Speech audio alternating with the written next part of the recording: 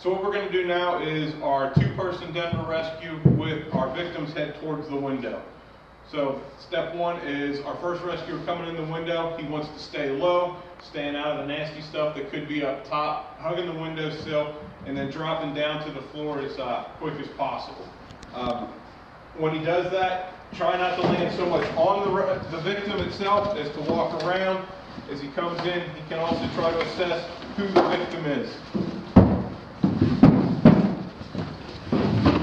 Once he's down, he's got to make move to get around, reposition himself so he's ready to pancake the firefighter over. Key point is try not to step on gear or straps so that not to hold up when you try to pancake the guy over.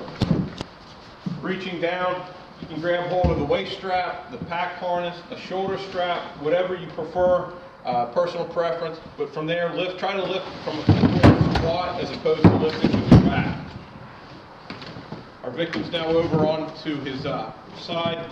At this point, the rescuer is backing up. He's straightening the legs, uncrossing them, which will be beneficial when we go to sit him up. From here, you can check the pass device, silence the pass, then checks for air, which our rescuer has air. And now at this point, he can call his mayday or confirm the mayday. We use LUNAR, location, unit, name, assessment, and then resources needed. He can radio out to or call out to his partner to say, hey, call the mayday for us. While the partner's calling the mayday, our rescuer the first rescuer can continue to assess the victim and get him in position. I've got Rescue 26, Ron Stanger, first floor, beta side. He does have air.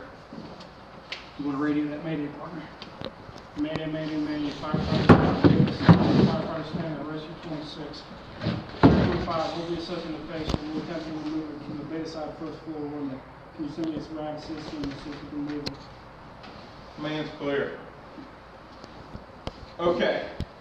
From here, our first rescuer now has grabbed the chest straps and picked the rescuer up, or the victim up, I'm sorry, to a seated position. At this point, he can adjust the shoulder straps by tightening them.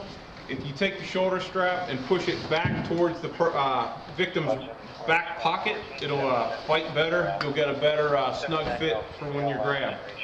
When rescuer 1 is ready, he calls for his partner. Rescuer 2, come in. I'm a bigger guy, you know, I like the buffet as much as anybody. Once rescuer 2 gets in the window, he wants to back up. Key points here is the bottle's tight to the corner, out of the way. Rescuer also as low as possible, so keeping the helmet below the windowsill. Also, he likes to put the helmet back, lift up a little bit, and tighten into the wall. What that'll do is keep it out of the way for when we bring our victim onto the lap of our rescuer, that there'll be less in the way. And now you can see we got all this area over here in which to work with. When the bottle comes up and out the window, there's less to get in the way if he keeps his head also over above that bottle. Now, knees. A big key point here is on our legs of our rescuer. The key on any time we're using a leg as a support, our knees, the key is to keep the heel underneath the knee. That keeps the lower leg in a straight line, which basically makes a table leg for the victim to be sat on. It won't damage the knee. If the heel is way back underneath the butt of the rescuer, that's going to put a lot of strain on the knee joint when the knee collapses to its full range of motion. At that point, it's going to add a lot of stress to the ligaments and tendons in the knee. So keeping the leg straight underneath the knee from the heel up to the knee is going to be critical here. At this point, when rescuer 2 is in position and ready, he can call out to rescuer 1. I'm going to walk him back to you. Okay, I got it. Okay, I'm going to scoot him back to you. Okay, let me go as well. I'm ready. Ready? Go. Jen? Jen, good. He's on the knee. Okay. I've already got his chest straps pretty well tight. I'm going to bend his knee up. Now from here, it's similar to the one person. We're kicking the leg of the victim footing it with our leg, getting ready to do our lift. It's the same lift as before we did with one person. It's drop the butt, pull back. The victim here at this point will start to move away from rescuer number 2. What rescuer number 2 can do is push on the bottle, kind of help assist lift the victim off the floor, and then as he comes back, keeping the hands on the bottle or by the hips or on the pack frame, can guide the victim in on top of his knee. Okay, I'm gonna go for the knee. Ready, go.